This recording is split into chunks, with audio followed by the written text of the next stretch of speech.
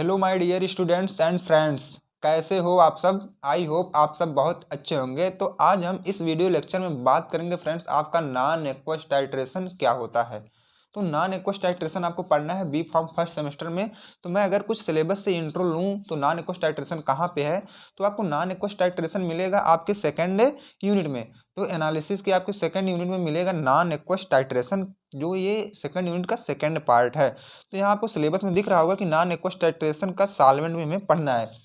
तो फ्रेंड्स, ये तो दिखने में आपको छोटा लग रहा है ना, बट आपके एग्जाम में आता है ये 10 नंबर का, और आता ही जरूर है। ये तो बात कन्फर्म है, क्योंकि ये प्रीवियस ईयर का अगर आप एग्जाम देखोगे ना पेपर, तो वहाँ जरूर आया है कि नॉन एक्वस टाइट्रेशन मतलब क्वेश्चन पुटअप जरूर हुआ है। तो मैं आज यही आपका डाउट क्लियर करूंगा कि नॉन एक्वस टाइट्रेशन होते क्या है, इसके एडवांटेज क्या है, डिसएडवांटेज क्या है, इनके सॉल्वेंट कितने टाइप के होते हैं। तो फ्रेंड, मैं आज आपका टोटल डाउट यहाँ क्लियर करूंगा, तो आप वीडियो के लास्ट तक बने रहिएगा, ठीक है।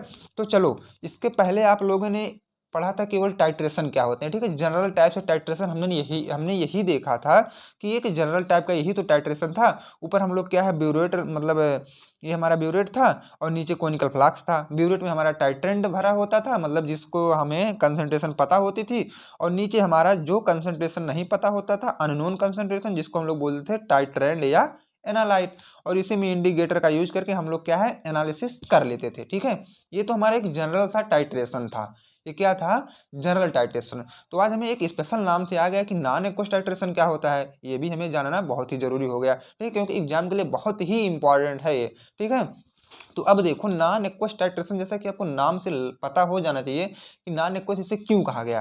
तो फ्रेंड्स, अगर देखो, अगर ये नाम से तो लिखा गया नॉन, नॉन मतलब जहाँ नो, नो मतलब अब्सेंट, अब्सेंट मतलब कुछ नहीं है यहाँ। तो क्या नहीं है, पानी नहीं है। एक्वस मतलब होता है पानी और वाटर नेचर, ठीक है। अब टाइट्रेशन, अब देखो, जिस मटेरियल या कंपाउंड में, ठीक है, ये पानी नहीं रहेंगे, उनका टाइट्रेशन हम कैसे करेंगे। तो ये से हम इससे हमें ये पता चल रहा है कि हमें उस सॉल्वेंट या कंपाउंड का टाइट्रेशन करना है जो पानी से दूर भागे या उनमें पानी रहे ही ना। कहने का मतलब ये है, नॉन एक्वस मतलब अब्सेंट ऑफ वाटर। ऐसे कंपाउंड हमें लेना है जिसमें पानी ना रहे, ठीक है। उसी का हम, अगर हमको टाइट्रेशन करना है, तो हम नॉन एक्वस टाइट्रेशन के मेथड से ही कर सकेंगे। तो आई होप आप वर्ड का मतलब तो समझ ही गए होंगे। अब चलिए देखते हैं कि हमारा नॉन एक्वस टाइट्रेशन क्या होता है। जैसा कि यहाँ लिखा गया आपके नोट्स में कि non aqueous titration is a laboratory technique. ये तो सभी को पता है कि जब तक आप लैब में नहीं जाएंगे तब तक कोई भी टाइट्रेशन परफॉर्म नहीं कर पाएंगे। अब देखो, ये लेबोरेटरी टेक्निक है कि नहीं, जब आप लैब में जाएंगे तभी कर पाएंगे। Use to analyse substance that do not dissolve in water. अब देखो, हम ये टाइट्रेशन कब यूज करते हैं, ऐसे सब्सटेंस को एनालाइज करने के लिए ये वाला टाइट्रेशन करते हैं जो कि पानी में डिजॉल्व नहीं होता है। जैसे क्या है, मान लो एक बेसिक एग्जांपल, अगर आपको तेल का, आयल आयल होता है ना, जैसे सरसों का तेल मान लो, जब उसको आपको टाइट्रेशन करना हो, तो क्या है, ये जनरल टाइट्रेशन से कर सकते हो, नहीं करोगे, क्योंकि क्या है, ये पानी में डिजॉल्व ही नहीं होगा। और इसके पहले हमारा जितना टाइट्रेशन हुआ था, इसमें क्या है, कॉनिकल फ्लास्क में पानी और ऊपर भी पानी जरूर ऐड होता था, लेकिन आयल में पानी को मिला पाओगे, नहीं मिला पाओगे। जब मिला नहीं पाओगे तो टाइट्रेशन कैसे करोगे। तो अब देखो, वही हमारी बात फंसी ना, कि अगर पानी में नहीं डिजॉल्व होता है तो हम कैसे टाइट्रेशन करेंगे, करेंगे नॉन एक्वस टाइट्रेशन के थ्रू। अब देखो, यह उसी के लिए है ही जो पानी में डिजॉल्व नहीं होता, नॉट डिजॉल्व इन वाटर और रिएक्ट विथ वाटर। या तो आप जैसे डिजॉल्व कर रहे हो, तुरंत क्या, मान लो यही पानी आपका भरा है, पानी में आप डाल दिए कोई, ठीक है, तो पानी के साथ तुरंत रिएक्शन कर गया। तो जब रिएक्शन कर जाएगा, जाहिर सी बात है, आपका जो कोनिकल फ्लास्क में मैटर होगा वो सब खराब हो जाएगा ना। तो आप क्यों ऐसा कर रहे हो, मत करो ऐसा। आप क्या है, नॉन एक्वस टाइट्रेशन के थ्रू ही ये वाला काम करो, ठीक है। अब देखो, आप इतना मतलब समझ गए ना, समझ गए होंगे। अब देखो, it's involve very weak acid or base. इसमें क्या है, जनरली देखा जाता है कि वेरी वीक एसिड या बेस का ही हम लोग इसमें मतलब इन्वॉल्व हुए रहते हैं, with help of non aqueous solvent to sharp and point. जब हमें वीक एसिड या वीक बेस का लेना रहता है ना, तो हम क्या करते हैं, नॉन एक्वस सॉल्वेंट का यूज करते हैं, तब हमें शार्प एंड पॉइंट, जैसे हर एक टाइट्रेशन में आपको एंड पॉइंट दिख रहा था जब इंडिकेटर का यूज कर रहे थे, तो कुछ इसी में भी वैसे ही होगा, ठीक है। अब देखो, non aqueous solvent are those which do not contain water. Non aqueous solvent क्या है, क्या होते हैं फ्रेंड्स। अब देखो, आपने सॉल्वेंट पढ़ा होगा दो टाइप का, एक होता है आपका एक्वस, एक होता है नॉन एक्वस। तो आज हम किसकी बात कर रहे हैं, नॉन एक्वस की, ठीक है। एक्वस मतलब होता है फ्रेंड H2O, मतलब पानी वाला, ये तो एक्वस हो गया। नॉन एक्वस मतलब जिसमें पानी एब्सेंट हो, मतलब नो H2O। ऐसा हमें लेना है कोई भी कंपाउंड जिसमें पानी ना रहे। तो हम यही वाला तो पढ़ रहे हैं जिसमें पानी ना रहे। तो देखो यहाँ लिखा भी गया है, non aqueous solvent are those which do not contain water, जो पानी को कंटेन नहीं करता है वो नॉन एक्वस सॉल्वेंट कहलाता है। अब देखो अगर इसका एक मेन डिफिनेशन देखा जाए तो non aqueous titration refers to a type of titration in which analyte dissolve in a solvent which does not contain water. देखो यहाँ वर्ड आ गया analyte dissolve in a solvent which does not contain water. Analyte को हम उस solvent में add करेंगे जो कि वाटर नहीं कंटेन करता है। ये देखो हमारा एनालाइट तो यही होता है ना, तो एनालाइट यहाँ ऐसा सॉल्वेंट यूज करना है जो वाटर से मतलब दूरी बनाए, वाटर के कांटेक्ट में ना रहे। अब एक वर्ड आपका यहाँ आता है कि सॉल्यूट क्या होता है। सॉल्यूट फ्रेंड्स हमारा वही होता है जिसमें हम कोई भी चीज़ घोलें, ठीक है, जिसमें हमारा सॉल्यूट घुलता है। सॉरी फ्रेंड्स यहाँ कोई आया होगा वर्ड, ये सॉल्वेंट आया फ्रेंड्स, सॉरी आया है आपका एक वर्ड सॉल्वेंट आया ना। तो अब समझो कि आप सॉल्वेंट क्या होता है। सॉल्वेंट वही होता है जिसमें हम लोग सॉल्यूट को घोल मतलब डिजॉल्व करते हैं, ठीक है। सॉल्वेंट मतलब वही होता है जिसमें आप कुछ भी डिजॉल्व करो, लाओ सॉल्वेंट रखा गया ला के डिजॉल्व कर दो। जैसा कि हमारा बेस्ट एग्जांपल है पानी। पानी में आप कुछ भी चीज़ मतलब जनरली ज़्यादा से ज़्यादा चीज़ पानी में ही डिजॉल्व हो जाती है, ठीक है। तो हमारा पानी क्या एक सॉल्वेंट की तरह भी काम करता है, ठीक है। अब आप नॉन एक्वस टाइट्रेशन तो समझ ही गए होंगे क्या होता है। अगर आप नहीं समझे हैं तो कमेंट बॉक्स में कमेंट जरूर करें जो भी पॉइंट आपको समझ में नहीं आई है। अब देखो नॉन एक्वस टाइट्रेशन करने का कुछ है मतलब हम क्यों करते हैं। जनरल हमें तो एसिड बेस्ड टाइट्रेशन था और भी टाइट्रेशन है, हमें तो मिल रहा था ना, हमारा काम तो चल रहा था ना, लेकिन नॉन एक्वस क्यों आया। अब देखो रीजन समझो। The substance is insoluble in water. अब ऐसे सबस्टेंस को आप कैसे टाइट्रेशन कर सकते हो जनरल तरीके से, जो क्या है पानी में इनसॉल्युबल होते हैं, ठीक। ये पहली बात तो इसके लिए आया ये। दूसरी बात ये है कि the substance is reactive with water. अब ऐसे कुछ सबस्टेंस ऐसे होते हैं जैसे कि वह पानी में पहुंचते हैं तुरंत वह रिएक्शन कर लेते हैं, तो उनके लिए हमारा क्या है मतलब डेंजर हुआ कि नहीं। तो हम कैसे कर पाएंगे जनरल तरीके से, जैसे पानी में आप उनको पानी मिलाए तुरंत रिएक्शन कर गया तो हमारा टाइट्रेशन में नहीं होगा। अब उसके बाद क्या है, जो या तो पानी में इनसॉल्युबल हो, हमें पानी में सॉल्युबल करके तब जाके करना है ना। तो जब पानी में इनसॉल्युबल होंगे तो हम नहीं कर पाएंगे। दूसरी बात है जब पानी से रिएक्शन करेंगे तब भी नहीं कर पाएंगे।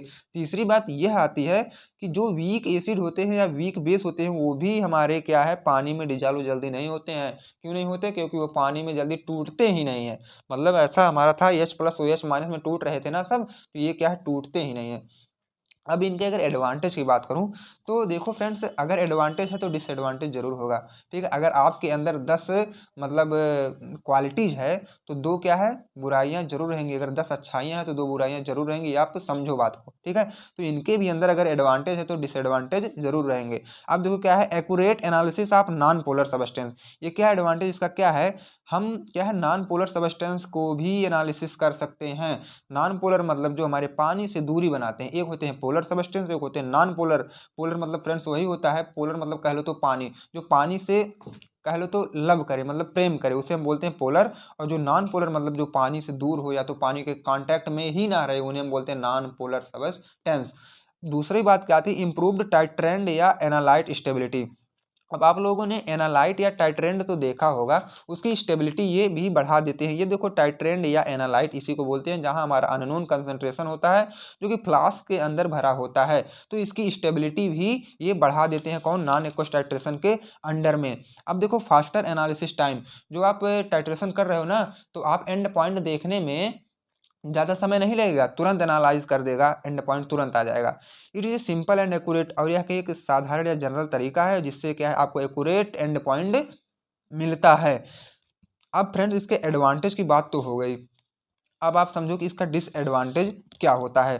तो अगर मैं इसकी डिसएडवांटेज की बात करूं तो देखो non aqueous solvent are generally expensive. ये क्या है एक्सपेंसिव होते हैं, कह लो तो थोड़े महंगे होते हैं, ये क्या है एक्सपेंसिव होते हैं। दूसरा क्या है volatile substance can pollute environment. अब अगर हम इसमें वोलाटाइल सॉल्वेंट डाल दें तो क्या है, जब वोलाटाइल मतलब होता है फ्रेंड्स जैसे कि कोई भी चीज़ अगर आप खुले वातावरण या इन्वायरमेंट में रख दो ना तो क्या ऐसे ऐसे उड़ने लगेगा, उड़ने लगेगा, ठीक है। जैसे आप पेट्रोल रख दो, पेट्रोल पेट्रोल अगर आप खुले में रख देते हो, देखते हो सभी लोग बोलते हैं कि पेट्रोल उड़ जाएगा बंद करो। तो कुछ ऐसे सॉल्वेंट का हम अगर यूज कर रहे हैं अपने नॉन एक्वस टाइट्रेशन में तो हमारे इन्वायरमेंट को पॉल्यूट कर सकता है, मतलब प्रदूषित बना सकता है। उसके बाद indicator must be prepare in non aqueous medium. जो इसमें इंडिकेटर यूज होता है ना उसको भी हम नॉन एक्वस मीडियम में ही इंडिकेटर बनाते हैं। तो फ्रेंड्स एडवांटेज डिसएडवांटेज इंट्रो वाला पार्ट तो हमारा नॉन एक्वस का हो गया। अब एक वर्ड आपके सिलेबस में आया था कि सॉल्वेंट, ठीक है। अब देखते हैं हम इसमें सॉल्वेंट कितने टाइप के यूज हैं हमारे नॉन एक्वस टाइट्रेशन में। अब देखो यहाँ सीधे हेडिंग पड़ी हुई है आपकी, types of non aqueous solvent. जैसा कि आप लोगों ने सॉल्वेंट समझ चुके होंगे। सॉल्वेंट फ्रेंड्स वही होते हैं जिसमें हमारा सॉल्यूट को घोला जाता है, मतलब सॉल्वेंट वही होते हैं जिसमें हम कुछ चीज़ घोल सकते हैं, ठीक है। अब ये देखो 4 टाइप के सॉल्वेंट होते हैं नॉन एक्वस टाइट्रेशन के। सबसे पहले तो ये जानो आपका होता है एक प्रोटोफिलिक सॉल्वेंट, दूसरा प्रोटोजेनिक, तीसरा एम्फोटेरिक, चौथा है एप्रोटिक सॉल्वेंट। 4 सॉल्वेंट हुए। अब ये चारों सॉल्वेंट किस पे बेस्ड हैं? ये ब्रॉन्स्टेड-लॉरी थ्योरी पे बेस्ड हैं। ब्रॉन्स्टेड-लॉरी थ्योरी आपने second unit in organic chemistry में चैप्टर फर्स्ट में पढ़ा है, ठीक है। अगर आप वो वाली वीडियो नहीं देखे हैं एसिड बेस का कॉन्सेप्ट क्या होता है, तो तुरंत आप डिस्क्रिप्शन बॉक्स में जाएं, वहां से वाली वीडियो जरूर देखें। इनऑर्गेनिक केमिस्ट्री के प्लेलिस्ट में वह वीडियो पड़ी हुई है, ठीक है। अब देखो तब भी मैं आपको ओवरव्यू यहाँ दे रहा हूँ कि ब्रॉन्स्टेड-लॉरी थ्योरी यही कहती है अगर आप एसिड को पानी में डिजॉल्व करोगे तो वह H+ आयन डोनेट करेगा, ठीक है। अगर आप बेस को पानी में डिजॉल्व कर रहे हो तो वह H+ आयन एक्सेप्ट करेगा, ठीक। ये तो हो गए ब्रॉन्स्टेड-लॉरी थ्योरी, ये बोलते हैं। अब देखो इसमें करना क्या है, पहले तो हम समझेंगे कि प्रोटोफिलिक सॉल्वेंट क्या होते हैं। तो देखो प्रोटोफिलिक सॉल्वेंट फ्रेंड्स ये बहुत आसान है। चारों सॉल्वेंट आपको नाम याद करना इतना आसान है, केवल आप चलो थोड़ा मतलब कंसंट्रेट होके बैठो और क्या करना है, आप माइंड को अपने थोड़ा एक्टिव कर लो। अगर आपका माइंड कहीं और घूम रहा है तो तुरंत आप लाओ प्रोटोफिलिक सॉल्वेंट पे, अच्छे से समझो इसको। सबसे पहले तो ये जानो कि यह बेसिक नेचर का होता है। पहली पॉइंट इतनी छोटी सी इतनी आसान पॉइंट, बेसिक नेचर का होता है। दूसरी पॉइंट क्या है, they do not donate proton. इसमें देखो क्या है, ये प्रोटॉन को डोनेट नहीं करते हैं, मतलब अपने अंदर प्रोटॉन को डोनेट नहीं करते हैं। The word protophilic stand for proton lover. अब देखो ये प्रोटॉन लवर भी होते हैं क्योंकि ये प्रोटॉन अपने अंदर से डोनेट नहीं करेंगे। जैसे मान लो आपके पास समोसा रखा गया है, आप अपना समोसा दूसरे को नहीं देते हैं, तो कोई अगर तीसरा पर्सन आपके सामने आया, बोला यार तुम तो समोसा लवर हो। क्यों समोसा लवर हो? क्योंकि आप समोसा मतलब अपने पास रखते जा रहे हो, दूसरे को नहीं दे रहे हो। तो क्या है, इससे हमें यह पता चलता है इनको समोसा से क्या लगाव हो गया है, ठीक है। तो वही क्या है, ये प्रोटॉन को डोनेट नहीं करते हैं, बल्कि क्या अपने पास प्रोटॉन लाते हैं, तो इन्हें इसीलिए बोला गया कि ये प्रोटॉन लवर है, ठीक है। They are use to dissolve acidic analyte. और ये क्या है, हम इनको एसिडिक एनालाइट में डिजॉल्व भी कर सकते हैं, जैसा कि एनालाइट में दिखा दूं फिर आपको। ये होता है एनालाइट, जब ये एसिडिक रहेगा तो इनको हम उसी में डिजॉल्व भी मतलब घोल भी सकते हैं। अब देखो अगर इसका एग्जाम्पल देखा जाए तो हमारा पहला एमीन है, दूसरा है पायरिडीन, ठीक। अब बात आती है प्रोटोजेनिक की। अब देखो फ्रेंड्स ऐसे मैं मतलब आसान तरीके से प्रोटोजेनिक भी आपको समझा दूंगा। They are acidic in nature. अब देखो ये क्या है, बेसिक था ऊपर वाला ना, ये एसिडिक इन नेचर का होता है, ठीक है फ्रेंड। अगर इनको देखा जाए तो नेचर में एसिडिक रूप से पाए जाते हैं। They can donate proton. ये क्या है, ये क्या है, प्रोटॉन को डोनेट करते हैं, और ये नहीं करते थे, ऊपर वाले नहीं करते थे। देखो यहाँ लिखा गया है ना, they do not donate proton. और ये क्या है, दे कैन डोनेट प्रोटॉन, ठीक है, ये प्रोटॉन को डोनेट करेंगे। The word protogenic solvent stand for proton generator. जैसा कि आप लोगों ने जनरल मतलब साधारण जनरेटर देखा होगा, शादियों के अवसर पे जब चलता है तो इलेक्ट्रिसिटी को डोनेट करता है ना। तो यहाँ क्या है, ये वाले इनको जनरेटर इसीलिए बोला गया है कि ये प्रोटॉन जनरेटर है, प्रोटॉन को अपने अंदर से बाहर कर रहे हैं ना, क्योंकि ये डोनेट कर रहे हैं। जब डोनेट करेंगे तो मतलब बाहर ही तो जाएगा। जैसे आप लोग ब्लड डोनेट करते हो तो ब्लड आपसे आपके बॉडी से बाहर जाता है, वैसे ये भी प्रोटॉन जनरेटर है, तो प्रोटॉन आप मतलब अपने अंदर से बाहर निकालेंगे, ठीक है। अब देखो बात आ गई, they are use to dissolve basic analyte. अगर हम इनको डिजॉल्व करेंगे तो जो आपका एनालाइट होगा वह बेसिक नेचर का होगा, ये एनालाइट, ठीक है।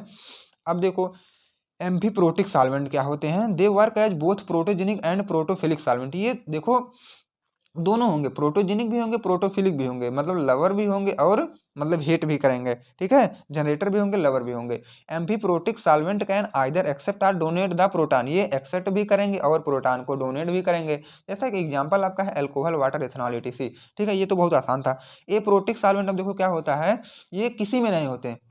ऐसे कहा जाता है ना, आप मतलब 4 फ्रेंड्स का ग्रुप है तो 3 फ्रेंड्स बहुत एक्टिव रहेंगे, एक फ्रेंड उसी में क्या होता है बहुत नर्वस रहेगा, मतलब बहुत शांत रहेगा, वो कहीं भी एक्टिव नहीं रहेगा। तो कुछ ऐसे होंगे, ये 3 फ्रेंड तो अपने आप मतलब बहुत एक्टिव है, लेकिन ये चौथा जो इनका फ्रेंड है वो सब में डाउन रहता है। These solvent are chemically inert. बेचारा सबसे पहले क्या करता है, ये केमिकली इनर्ट होता है। दूसरा क्या होता है, ना तो ये एसिड से रिएक्ट करेगा ना तो बेस से रिएक्ट करेगा, और उसके बाद ना तो वह ये एक्सेप्ट करेगा ना तो डोनेट करेगा क्या, प्रोटॉन। ना तो बेचारा प्रोटॉन को डोनेट कर पाता है ना तो एक्सेप्ट कर पाता है। उसके बाद दे आर नाइदर एसिडिक नार बेसिक। ना तो एसिड होगा ना तो बेस होगा। देखो क्या मजा है इसका, कुछ नहीं है, ठीक है, ये कह लो तो इनएक्टिव ही रहते हैं, जैसे कि क्लोरोफार्म है, बेंजीन है, ईटीसी है। तो आई होप आप सब एनालिसिस का ये नॉन एक्वस टाइट्रेशन आप लोग समझ गए होंगे। बहुत आसानी से मैं यहाँ समझाया हूँ। नेक्स्ट वीडियो जो हमारी आएगी वह आपका मैं डाउट क्लियर करूंगा कि एसिडिमेट्री और एल्कलीमेट्री टाइट्रेशन क्या होते हैं। फ्रेंड्स, अगर आप चैनल पर नए हैं तो प्लीज़ चैनल को लाइक, शेयर और सब्सक्राइब जरूर करें, ताकि ये नेक्स्ट वाली वीडियो सबसे पहले आप तक पहुंचे, एसिडिमेट्री एंड एल्कलीमेट्री टाइट्रेशन। और आप लोग कमेंट जरूर करें। तब तक के लिए friends, thank you, take care, bye bye.